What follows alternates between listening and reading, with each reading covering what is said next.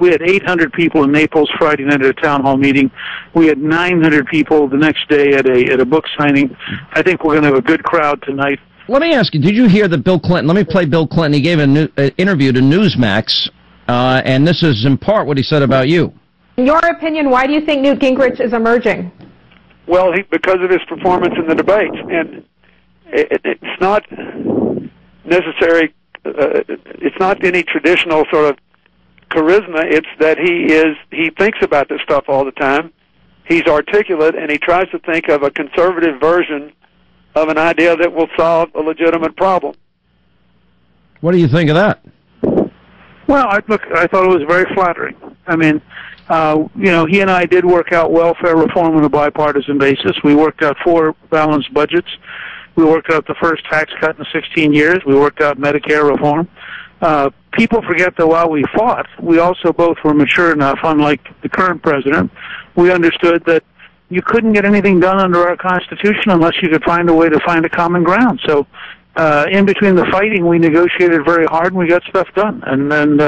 But it is flattering to have a Democratic president, say such nice words about me. And I think it's probably true. You've heard me say that I think substance has been the real reason that I survived this summer and the real reason we've emerged this fall.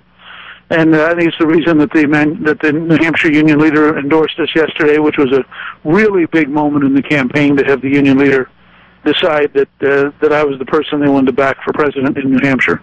Well, I wanted to ask you about that. I mean, the union leader doing that is massive. I mean, it's proven, in past years, it's been a very good indicator, with the exception that I can think of DuPont. But otherwise, I think you've got to be very happy with that endorsement. And your poll numbers in New Hampshire, the latest one I saw had you within 2 points of Romney, so it's a close race there. Yeah, I think, I'm not sure that I'm quite that close. That poll may be a little bit of an outlier, but I think I'm clearly going to be competitive with Romney. And the fact is, the union leader is very important across the whole country because their endorsement kind of sends a signal about who is the conservative most likely to emerge as an alternative to Romney. And I think that, as you know, I believe deeply this race is going to come down to Romney and not Romney.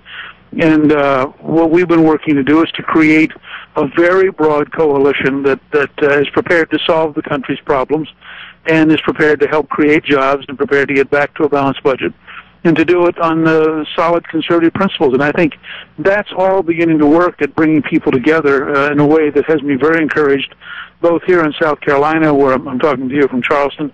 I'll be in Des Moines on Thursday, speaking at the Polk County Republican Dinner. I'll be back up in New Hampshire in the near future. And everywhere I go, we're getting very, very good responses.